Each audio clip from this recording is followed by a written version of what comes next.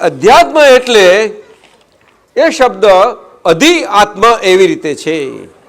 અધિ શબ્દ બહુ અગત્યનો છે. અધિ શબ્દ પુરુષાર્થનો સૂચક છે.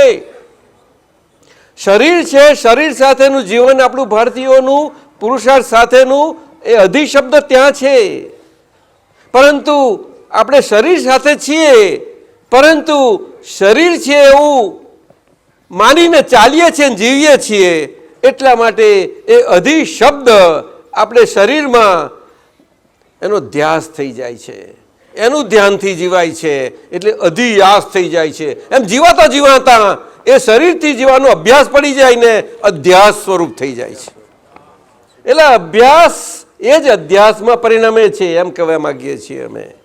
જ્યાં સુધી અભ્યાસ અભ્યાસ સ્વરૂપે રહે ત્યાં સુધી એ સાચો વિદ્યાર્થી. સમજ્યા ને? પણ પછી ગોખવાથી રહે તાર વસ્તુ જુદી.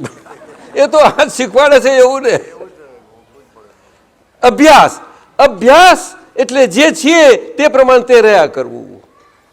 આપણે એક જ વસ્તુનો અભ્યાસ થતા બીજી વખત અનેક વખત થતું રહેતું રહે, આપણે એને એમ કહીએ છીએ કે આ તો પુનરાવર્તન છે. ના, અભ્યાસ એટલે પુનરાવર્તન નહીં, પણ આપણે જે છીએ તેને પાકું કરવા સ્વરૂપ. પણ એ અભ્યાસથી સતત સતત એ જાગ્રત રાખે એવો એક પુરુષાર્થ છે.